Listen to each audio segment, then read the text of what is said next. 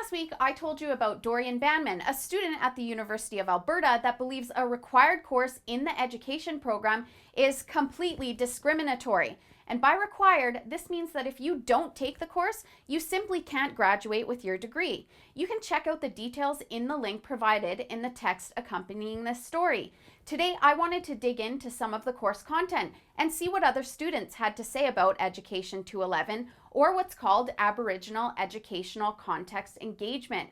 Banman and other students believe that the class includes lecture material that is completely discriminatory against white people in particular, and they feel it reflects some of the more radical ideas associated with the Idle No More movement.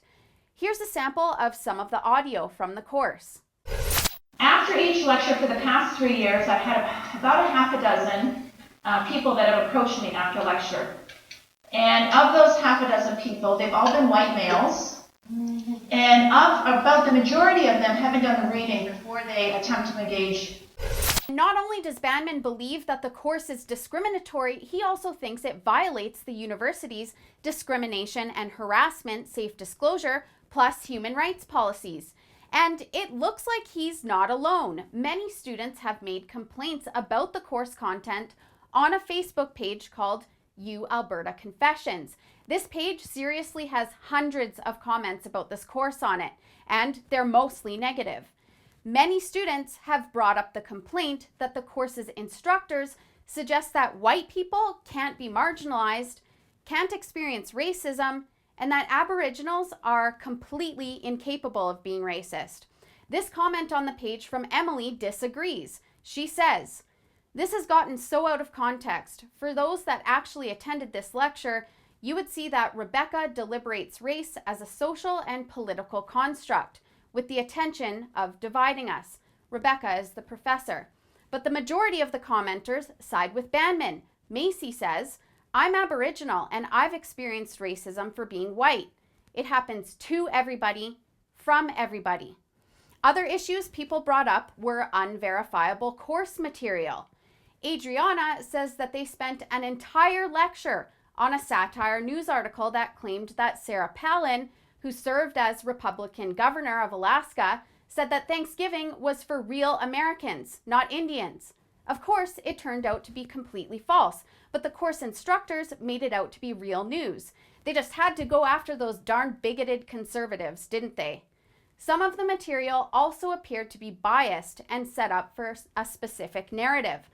Here's an email excerpt from an instructor asking the assignment question, "How have jails become the new residential schools?" rather than "Have jails become the new residential schools?" obviously steering students toward a specific response. I also talked to Amber Lee, another education student, via email. She also took this course, and among her beefs were that students were never taught alternate opinions and that instructors were emotionally tied to the course content.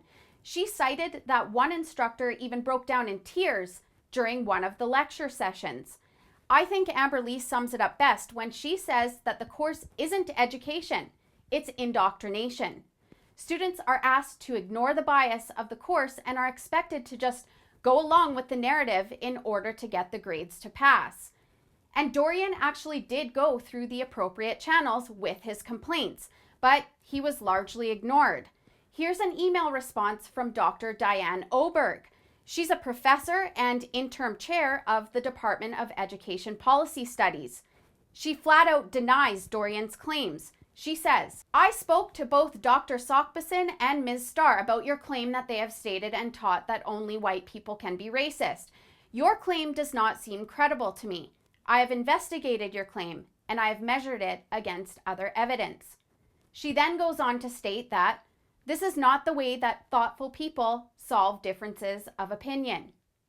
Banman has since dropped this course, and I did reach out to the university officials, plus professors and instructors, but I didn't receive a response. For now, there's no action being taken by the university, but a petition with over 70,000 signatures is circulating, and a link can be found within the text of this report. If I hear back from the university, I will definitely update you on Dorian's controversial fight against this social justice course. For the Rebel.media, I'm Holly Nicholas. Thanks for watching. Click here to never miss a Rebel update.